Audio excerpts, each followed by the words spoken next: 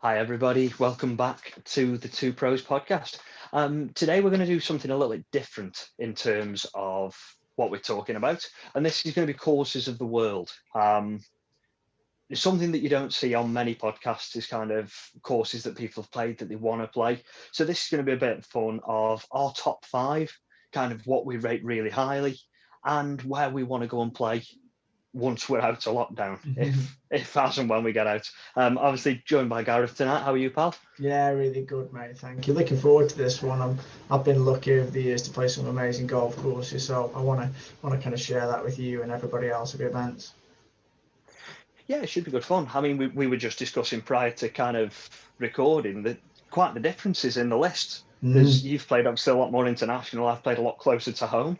Yeah. So I think there's going to be a fairly wide coverage on these. Should be good fun. Yeah, I can't wait, mate. Really can't wait for this one. Do you want to kick us off, Joe? Just start us with your kind of top 5 golf courses that you'd rate. And what's your rating based on, first of all? Is it just your personal preference? Is it like kind of their status in the world rankings? What would you put your preference on to? I kind of judge mine coming from a enjoyment kind of value for money area as well. I think obviously if you're going to pay £20 a round compared to £250 a round, you're going to judge a course very, very differently. A lot of it goes into layout to see what the course looks like and how it plays as well, because you don't want to go to somewhere, and I've left one off a list today that you kind of go and it's a little bit Mickey Mousey. There's holes on it that you kind of go, well, yeah, that's been squozing.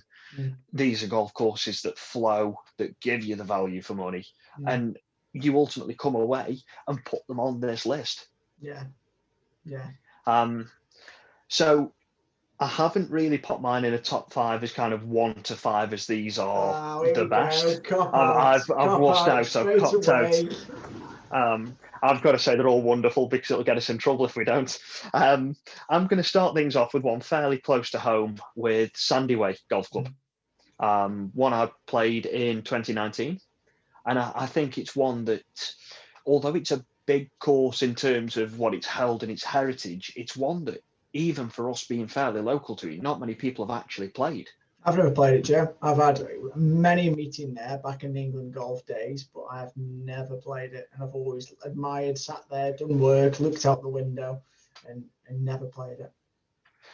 Yeah, I mean, I was very lucky to work with the ex-head pro there. So kind of got a little invite there, but it's a stunning combination of kind of heathland and woodland. So it's nothing too similar all the way through, but it's a really well laid out course, one that's very methodically planned. And there are bunkers that don't look in play that'll get you. There's ones that you're sure it will and you end up missing. And just all round it is a top quality course. Cool. Nice one. What's next? My next one, I am going to throw in the course at Neffin. Yeah, now I've played that one. Now we're talking. Yeah, we're going to shift away from kind of the heathland, woodland and go over to a bit of links. I think for anybody that hasn't played Neffin, especially the peninsula back 9, the only word I can use is brutal. It is just hard, and it's a great test of golf to go and enjoy, and it's a real baptism of fire if you've never played any kind of Welsh links before. I like the fact there's 3 nines as well. Yeah, it's a fair trek to get there. That's what I can remember. It was a good jaunt from Stoke. Yeah, it's a fair distance. We're lucky to be able to kind of get up there once a year for us. So there's a group of courses we'll go and play, and I think Neffin is usually one of 2 kind of highlight courses that are out there that we go and enjoy. You know you're in for it. You know you're going to have a tough day, but it's great fun. And if ever the wind drops, it's one of the most pleasurable golf courses you could ever play. There's a real signature hole. I think it's 14, I want to say, that's a dogleg basically over a cliff drop. And the drive, I don't think I've come across one more intimidating. Yeah. And I've never been more relieved to see a ball hit the fairway, to be fair. I remembered it. I remember it. I cut the corner a little bit tight, went in the rough, nearly went in the water. It was amazing. Yeah, on that note, like you say, you're never happier to have a ball in the rough on that hole. No. There is nowhere that you will breathe a sigh of relief and thank the heavens that the balls ended up in the rough. But yeah, I really like that course. It's one that's close to heart. Like I say, we go every year, and it means a lot, that course does. For the next one, we're going to move across a little bit closer to both of us, and I think it's a course we've both played in the Brabazon at the Belfry. Yeah. Mm-hmm. It's a very, very good track, and I think the heritage adds so much to it. Yeah. Obviously, Ryder Cup venue, you're standing on tees. We all know the shots that have been pulled off on the 10th, and you kind of look there and you involve yourself in it. And I think it's a real one on the doorstep that probably people don't give it enough credit for what it is. No, and the maturity of it now. I played it back in when the kind of third or fourth Ryder Cup was there in terms of the cycle, because I think it was the 9/11 year when it's supposed to have been the kind of odd year, and then it got postponed to the following year. Yeah. And it was quite, it still felt new, whereas now when I've seen it on TV at this year's kind of British swing or UK swing, it looked very mature, very well established. So I'd look forward to getting back there, to be honest. Yeah, I think that's something that should be given great credit for, is the maturity of golf courses as well. They do need a long time to settle, and especially for any kind of work done on them, they need a substantial amount of time for it to look a part of the course. Yeah. But I think there's some real signature holes on it that I know when I played it, I was very lucky to play it in a kind of Ryder Cup event. And to play it under a bit of pressure as well made it so much better. And I think it is a course that if you do go and play with your friends, you've got to have a little match. Yeah. You can't just go and play it leisurely, because that's not what that golf course is about. No. It's got to be competitive, and we all know just how competitive it is playing for the coffees or beers at the end of the round. Yeah. We're going to go kind of two in the same area now, so I'll chuck these in as kind of, I'm going to say the top two, and that's a combination of West Lancs and Hillside.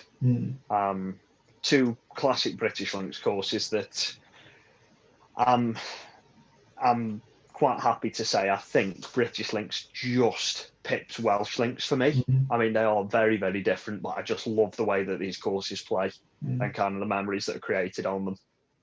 I love that, mate. Really like that. I've got a great story about West Lancs. I hope you won't mind me saying, but a good friend of mine played a 36-hole comp there, and it was absolutely throwing it down.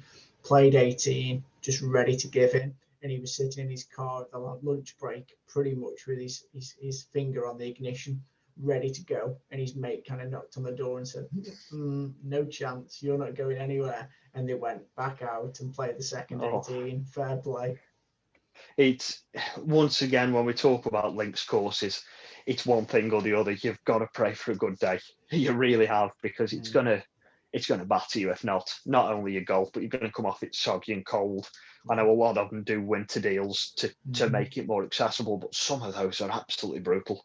I know West Lancs, we played, I think it was about the 3rd of Jan, and you get onto the back nine, the sun starts to drop and it gets really cold, but they're great courses to play like that, because that is the true essence of links golf, essentially.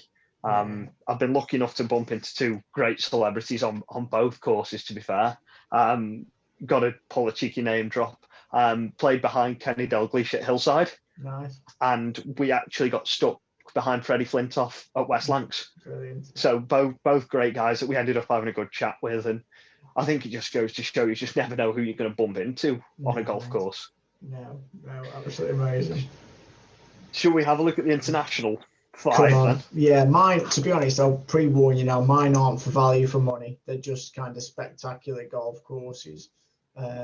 So I've tried this. It's just taken me probably all week, Joe, to put these in some kind of order. But I've kind of gone 1 to 5, and they've switched throughout the week as well. So as I said, I've been lucky enough to play a lot of golf, a lot of places. I'd say my number 5 is North Berwick up in Scotland. It could have been my kind of underrated golf course as well, because of the fact of the spectacular, the vista. Not many people I wouldn't say know about it, but they miss it. They'll go straight up to 5 and go on the Links Trust courses. So yeah, North Berwick had an amazing trip on the way up to the Open with a friend of mine, and we had a great day there. The hospitality and everything about it was just ridiculous. We were worried because we travelled up from Stoke. We had like kind of casual clothes on, jeans and stuff like that. And the guy who was on the front door kind of said, "Come on in, lads. Grab yourself a coffee, grab yourself some food." They were just dead chilled, which I loved. I think it certainly helps that, doesn't it, having that kind of atmosphere. And I think that's something that does go into enjoying a golf course, is that kind of pull up on the car park and immediately feel welcome feeling. Yeah, exactly that. And I think the next one kind of goes across the pond. And so number 4 is TPC Sawgrass. Just ridiculous, Joe. It still kind of makes me smile thinking about it now. We were lucky enough. When we finished university, kind of probably 10 of us said, right, we're going to keep in touch by having a game of golf every year. And because we didn't have families, wives, children at that point, we could go to these extravagant places. So we kind of planned TPC Sawgrass 12 months in advance. So we kind of had 12 months to pay for it. But it is probably, I've got to say, it's probably the best golf trip I've ever had. Yeah. I think that makes a difference as well, who you actually go with, doesn't it? That's part of enjoying it. And we were getting in at 4 a.m. and teeing it back up at 7 in the morning. And it was, some days I saw about 3 or 4 balls on the tee box, to be honest. Oh, right. One of those trips. They were amazing. Interesting to that, the 17th. Is it as hard as it looks, or? Green actually looks massive. Looks huge. It doesn't look small, but it looked big. I mean, in terms of width, it looks very wide but narrow in terms of back to front. And my 2 pals teed off before me, and they, bless them, popped it in the water. And I was thinking, I'll just hit the putting surface. I think I had a wedge or a 9 in my hand, and I just kind of hit the middle of the green, spun it to the fringe. But the fringe grass, because it's quite thick at the edges, it's about that. I just kind of tried. I was thinking, put it, chip it. I thought, chip it for kind of just almost blade it, and it came up short. Came off with a 4. I was disappointed because up to that point I was level par back 9. I'd had an absolute worldie of a round off the back sticks as well. I think it certainly helps, doesn't it? And like you say, courses like that, you look at on TV, and we discussed it a little while back. Like Augusta looks one thing on TV, but is a very different kind of beast in real life. And courses do have that, where they either look a lot easier or look a lot harder on TV than it actually is. So it's nice to have that insight of somebody that's played it. I never played kind of Tiger Woods. I think it was 2010 or 2014 so many times, just to try and get used to that golf course. It was brilliant before it went. We'll call it research. Yeah, it was definitely research. Next one. This could again have been in my underrated one, but it was Royal County Down. Again, just one of those. I made another golf trip with the lads. We went over to Ireland. We played some amazing golf courses, and then ended up finishing up at County Down. But the combination of the hills and the links, and again, that's probably the best. One of the pals said it's the kind of best 18 holes he's seen me play. I think I finished 7 over, I think, but I was level par front 9, and it was just ridiculous. It was an amazing golf course, just outstanding. I think to add to what you've just said there, I think a lot of this does come down to courses that you play well and you enjoy. And I think sometimes these courses that you're really up for, like you say, like a County Down or places like that, you've got to be on your game, and it forces people to commit to the game a little bit more, to go to the range and work on it, ready for that trip. And playing great golf just makes it even better. Yeah, exactly. And you get fired up for it. It's great. Next one, and this has got a bit of story behind it, because I'll let you kind of explain what we should have been doing in 5 days, but we're not anymore. But it's St Andrews, and it's the old course. I've been lucky enough to play the old course twice. I played with my dad on his 40th, and I played on my 21st as well, which was awesome. First time experience was petrifying. I was on the putting green, and I was quite jovial, quite laughing. And my dad was really nervous, like physically nervous. I stepped on the first tee with a 3-iron. God knows why I had a 3-iron in my hand. Proceeded to shank it, and nearly hit my mum, who was standing on the road to the side. Lucky enough, they kind of what little bit of rough was there, it stopped it from going under my mum's feet.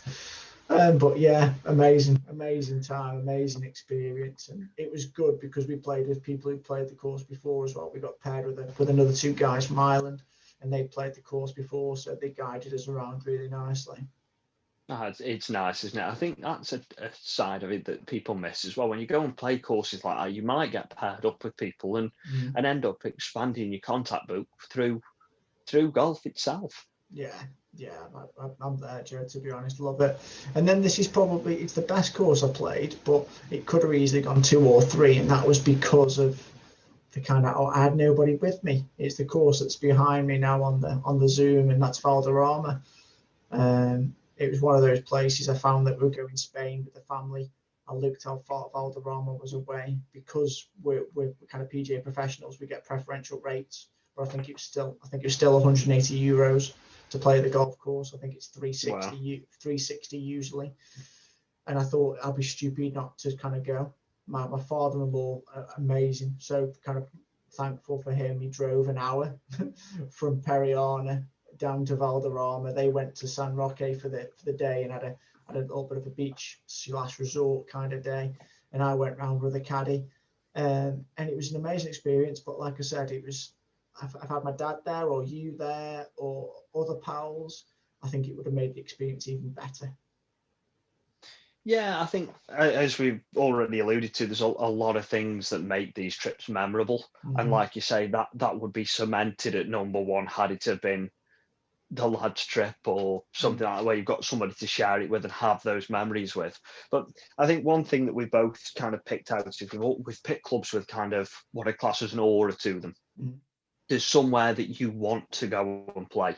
Yeah. And I think that's quite a valuable thing in itself. And I'd encourage any golfer to, if you see a picture in a magazine that you like, or there's a course local, quite literally list it down.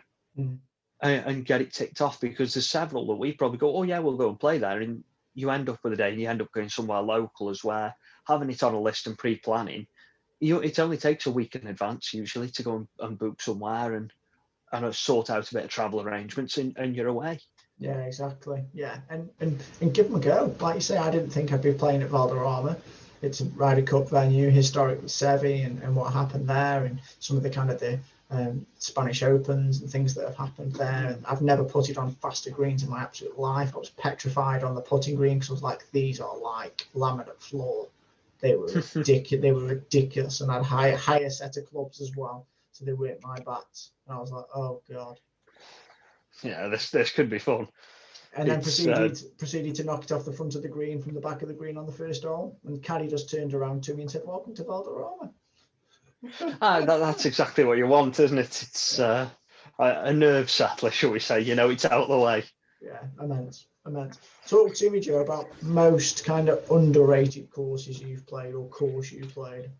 The one I'm going to throw in was one, it was kind of second on the list, and that was West Lancs. I think it's very, very unfortunate for where it's situated to be surrounded by courses that have all held opens. And like you say about kind of North Berwick, it's one that people forget. Your Wallaceys are higher. Obviously, all three of your open venues, Hillsides and places like that, are just your SNAs, your St Anne's Old Links. Yeah, exactly. And to be honest, like you said, if people out there are looking for a golf trip or somewhere just to go and tick those off, because that British coast or English coast is fabulous. I certainly think for the concentration of good golf courses, if you were going to play a course a day for a week, you would never get bored on that particular area. I mean, we're lucky to come from an area that's quite densely populated with golf courses anyway, but that particular stretch is just fantastic. There are so many good courses, and unfortunately, West Lancs gets a little forgotten. A, because it's not immediately on that stretch, but B, because of what's surrounded by it.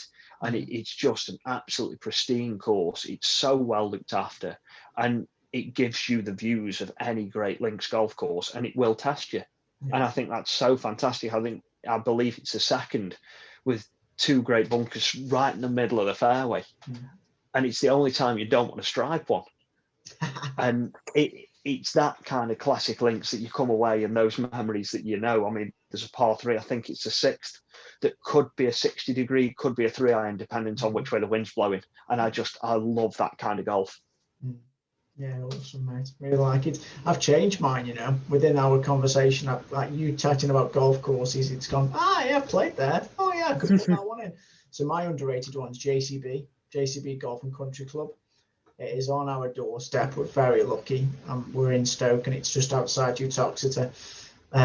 It's one of those golf courses, I think it's got so much mystery around it because it's a new development, but also it's an invite only. It's a very private members club, like the Wisley and places like that. But that's their USP and that's what they're trying to do. But yeah, what an amazing kind of golf course for how old the course is. Just awesome. Sub air under the green, so the greens were lightning. The kind of the feature holes, the 17th. But to be honest, every hole's a feature hole. There's no dull hole on the golf course. It's absolutely beautiful. And again, if anybody's got a good friend or somebody who can get them onto JCB, it's really worth a visit and worth a trip. Yeah, I think that's one that we're going to see a lot of soon, and I think it'll be a European tour course as well. It will add to the British swing. I really look forward to seeing what develops there, because it's like I say, it's not an old course, and what happens when it settles 5 or 10 years time, it could be an absolute stalwart of the local golf courses and could quite easily be one of the best around here. Yeah. And they've certainly got the service for it. Like I say, we've got a quite densely populated area of golf courses and golfers that want to go and play there. So yeah, I look forward to seeing what that'll do. Yeah, amazing. Go on, Joe, hit me with your best parkland. So I changed this right before we went live. Originally it was going to be the Brabazon. Yeah. But I've actually gone for one that isn't on my list, and it's where I work. That's Trenton. I absolutely adore it. I think, like you say, in terms of feature holes, there are 18 tees that you step on and go, wow, this looks good. And it's such an inviting golf course. It's such an enjoyable golf course to play that it's one that if you played it every day, you would never get bored of it. Yeah. And I've certainly found a different way to play it every time I've stepped out there so far. So it's one of those that I think is really, really good fun. It's obviously held Open qualifying in the past, held the PGA Championships this year. It was a pleasure to kind of be a part of on the team there, and just to see how these top guys play it. But I think also facilities come in a lot. Obviously having a good range, chipping green, putting green, make a difference. And in terms of underrated, I think it could hold a lot higher than just kind of your first stage of Open qualifying and the bits like that. I think it could hold really top end tournaments. It's certainly long enough. It's in great condition. So it'd be interesting to see where that goes. But yeah, I absolutely adore it. I think it could have been easily your underrated one, Joe, as well. Do you know what I mean? It could have been that kind of best parkland underrated, because again, I think people think Stoke, you've got a championship golf course. Yes, we have. People don't think of it, and it's so close off the M6 as well, north or south. So again, it's something. Get in touch with Joe if there's any green fees available, or any members at Trenton. Go and play the golf course. It's an amazing golf course. I think it's certainly one of those. I mean, I joined the team there back end of the year, September, and I know we played it a number of times. And it is a perfect kind of summer afternoon, summer evening golf course that you can go. It doesn't take forever to get round, but the quality of it and the enjoyment is just so much fun to go and play it. Yeah, I love it. I'm going to chuck in one. I've changed mine again. I'm up and down changing because I'm thinking. This is changing more than the Premier League table. It is. Parkland for me is a place called Druids Glen. It's in Ireland. It's a Marriott resort. We went there, travelled from Portmarnock on a train over to Druids Glen to held the Irish Open, and it's a true Parkland. Because my other one, I was thinking the Grove, London Club. But they're more like kind of, I don't know, more modern golf courses with American style, big bunkers, big greens. Whereas Druids Glen, again, if you're ever in Ireland, go and stay at the Marriott there, go and kind of had the experience because it's a beautiful course. I mean, just because it's more like a national park. So you're in there and there's lots of topiary, there's lots of flowers, just beautiful, beautiful, beautiful golf. There's a hole where I think when we were there, it was a topiary snake. It was a par 5 that kind of went down the side of the par 5, and it was just ridiculous, ridiculously good. I think that's the thing as well. Ireland as a whole for golfing is quite underrated. Obviously, for us, Scotland is obviously the home of golf. You've got Wales for us that's within a couple of hours. It's not too bad. But Ireland just seems that little bit of a stretch. But there's some phenomenal golf courses there that I know I certainly plan to get out and play a few, hopefully this year, if not next, and to see what it's got. Love it. Heathland, Joe, and for you, just explain to everybody if they don't know, what's a Heathland golf course? It's kind of, I would explain, your cross between kind of links and parkland. Would you kind of agree with that? Yeah, lots of gorse, lots of kind of natural grasses, very rural, so it's quite open like a links course, but it's got the feature of the bracken, the kind of nice heathland, the lovely kind of feature, but it kind of that shapes the holes. So yeah, it's that kind of mix. I like that, a nice mix. It's kind of the perfect nightmare of the two, I suppose, really, isn't it? It's I've actually popped Sandyway in there. It's not completely heathland. It is for the most part, and I think that's great. There's a lot of par 3s on there. There's 4 par 3s that look very, very different in the way they play. A lot of bunkers, like you say, a lot of kind of gorse and your natural grasses there that it really makes it you step on. And I think that's the way I would describe Sandyway. Is 1 minute you could be on a links course, very open aired kind of wind shots, and then you go back into a bit more woodland that's better protected, and it challenges you because you can't just step on every hole, go in the same direction, go right, it's a club more, it's a club less, because there's so much that comes into Heathland. And I think there's a lot to be said for that, because people, they don't quite overlook it, but they don't understand how those golf courses play. Yeah, I think for me, you could be hitting high draws 1 minute and then stingers the next. Love it. Mine used to be a place of work, so I used to have the pleasure of travelling across here every month with England Golf, and that's the home of England Golf. It's Woodall Spa. It could have easily gone into my underrated, because I know it's at the back end of nowhere in terms of travelling over to Lincolnshire. It's a long way over to Lincolnshire and Woodall Spa, but when you get there, honestly, it's like you're transported into another world. 2 beautiful golf courses, Bracken and the Hodgkins. And we used to be very lucky at England Golf when we'd finish work on the way over. We'd go and play a few holes. I've had an amazing couple of experiences with my dad over there. Just ridiculously good. Quality. Just a great course to play. Yeah, both of them. Bracken's equally as good, bit different in terms of more American style, but the main course, the Hodgkins course, is amazing golf course. No, I love that. I think, like you said, there's a lot of these places with 2 golf courses on it. You could quite easily stay a night and play some seriously good golf. I'd recommend people that, again, another great golf trip venue, lovely little village of Woodall Spa. Go and stay in one of the hotels. I can recommend the golf hotel. I recommend I think it's the Lancaster Hotel.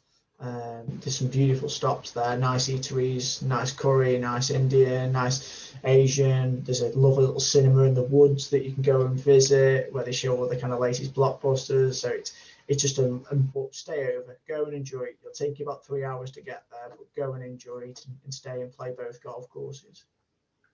Like you say there, I think there's an interesting point to be made for almost as well making a bit of a family trip out of it. If it's somewhere that you may not necessarily travel on your own, a couple of days off a long weekend is great to do exactly what you've just said there. Go and take the family, do the cinemas, do the attractions of the place you're going, and squeeze a cheeky round of golf in as well. Claim it's innocent, but it was pre-planned all along. But I think that's an easier way to play a lot of these courses as well.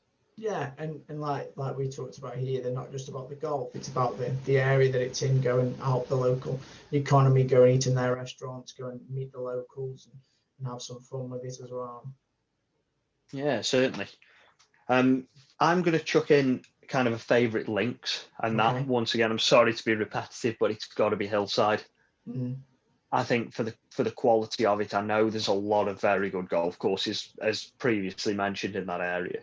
But I think Hillside's just got that. It's not even the best of the rest, because it's very much up there. It's not your top tier of Birkdale or Royal Liverpool, but it's very, very close. And I think for somewhere to go and experience, we watched the British Masters there last year. It was great fun to be a part of. But the course is just outstanding. It really is something special to go and play, even through winter. If you can get a winter deal, and that's something worth looking for a lot of the bigger courses. If you don't want to pay a massive green fee, go and have a look at the winter packages that they do. Yeah, I'd recommend that, Luke. The kind of, from what are we now, kind of October, November until the end of March, look at some of these big championship courses, especially your links, because if you get a good, bright, sunny day, yes, you might have to wrap up and it'll be a bit chilly, but you're still going to play a championship golf course. Do it. Yeah, and like you say, it's more about the people you're with as much as anything. That if you get a good four together, a decent day, you can't ask for anything more. No, God, no. Yeah, it is about the company. It is about the company, the people you play with as well. Mine, this is a tough one, because I've played Hillside, I've played Formby, I've played SNA, I've played St Anne's. Oh, I've been lucky to play these amazing places. Carnoustie, but Kings Barnes for me, Joe. I did that. Really? Did that a few years ago, and I've never had such good hospitality on a golf course in my life. I pulled up in my car. They knew my name. It was, "Hi, Mr. Shaw, how are you?" And I was like, "What? This is different level of service." Golf bag was whipped off me, taken away, on the driving range waiting for me, instructed, go get your shoes, go get comfortable, go grab a coffee.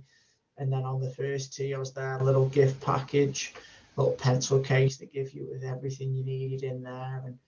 And just, yeah, fabulous. And the views of the golf course were just outstanding.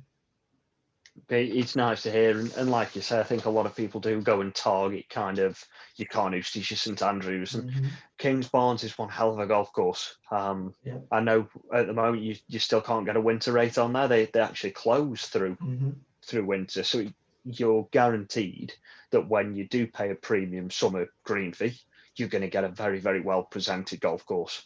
Yeah, and for our PJ colleagues out there, go and take advantage. Again, I got a preferential rate. It was £80, but it was the best £80 of going round a golf I've ever spent. Yeah, I think that's a very valid point. Although you might not get everything kind of courtesy, there's a lot of places that you can get a very, very good deal at that make it doable. Yeah, amazing experience. Joe, talk to me about where we're going to play this year. Where can we, after we've gone to lockdown, where are we going to play? Yeah, top of that list for me, obviously the old course. It's one I've not yet had chance to play. Been to St Andrews a few times, and it hurts me to say, but in a week's time we should have been playing it. It's obviously a very difficult time for all. Obviously, it left a bit of a sour taste in the mouth having to cancel this. We were hoping, but unfortunately not to be. We're going to go and play it in 2022. But yeah, one that I would have loved to have played this year. We unfortunately were ready, but like you say, we pre-planned. We've got a list of places. For me, I think Birkdale is a must. Yeah. It's a course I really want to play in that area that we've said is some outstanding golf courses, and hopefully make a trip out of it to play a few old favourites as well as that one there. It should be something special. I'm hoping. Yeah, definitely. I'm with you. I think Birkdale's on my list, and then Lytham St Anne's as well, just because I'm such a huge hero. The kind of Seve is a hero of mine, and me and my dad went there last year for the Senior Open. Was it last year? The year before? It was the year before, wasn't it? The year before. Yeah, it was the year before. And we saw Freddie Couples, Monty, all the kind of the greats and the good, and the ball striking was amazing, and the golf course looked even better. So yeah, I'd love to go and play Lytham St Anne's. Yeah, I think once again, adding to that, there's just that little railway that's so famous kind of with the Open and everything that connects that area kind of Liverpool to Blackpool, that makes it very, very accessible to get to wherever you want to be.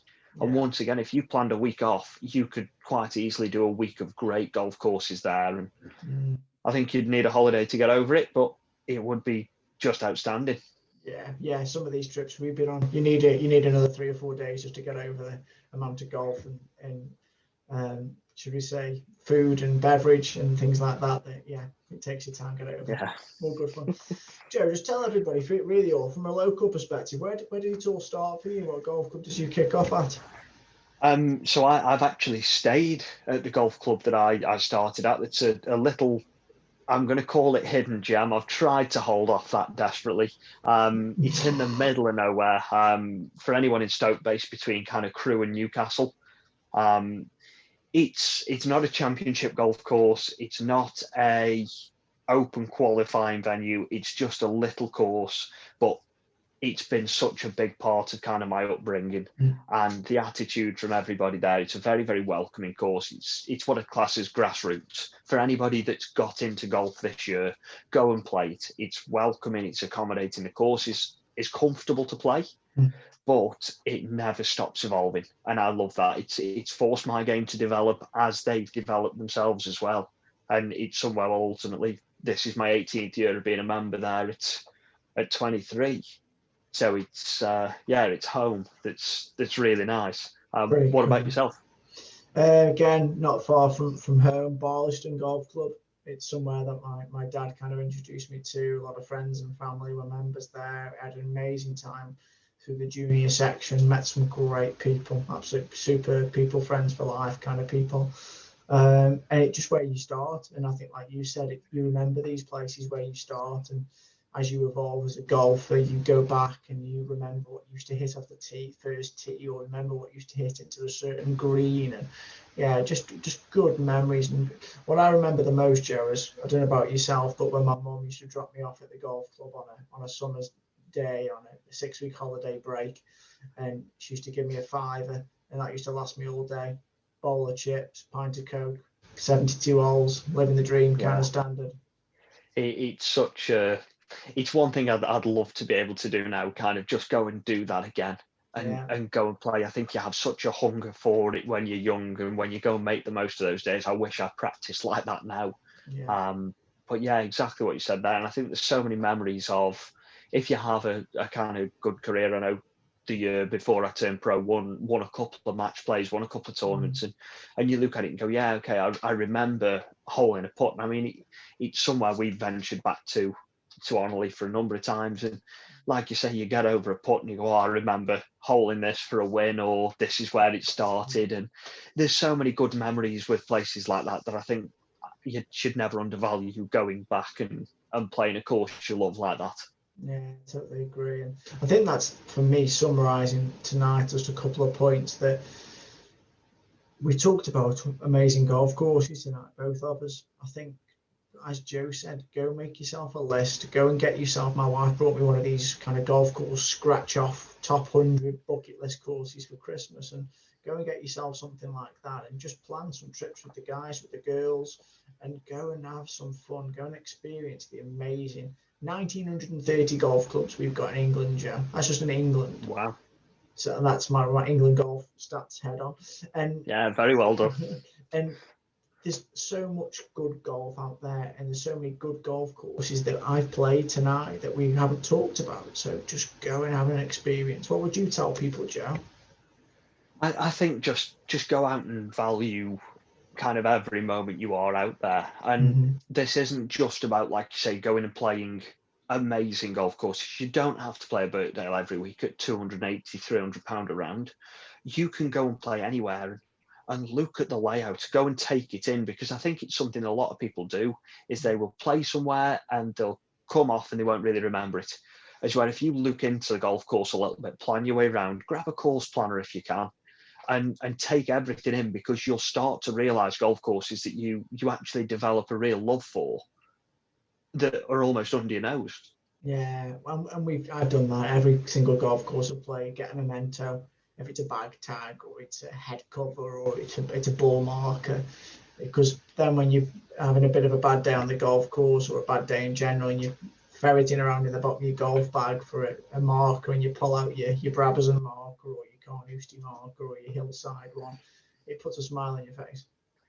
Oh, absolutely. I know there's a bag in here that's probably weighs more than the clubs do now. Mm-hmm. So we have to get a bigger bag soon. Joe, it's been great tonight. It's been one of my favourite episodes. Yeah, really enjoyed so far. Yeah, I think that's a good one. Once again, like I say, something you don't hear on a lot of podcasts. So I'm hoping it's a little bit something different for people.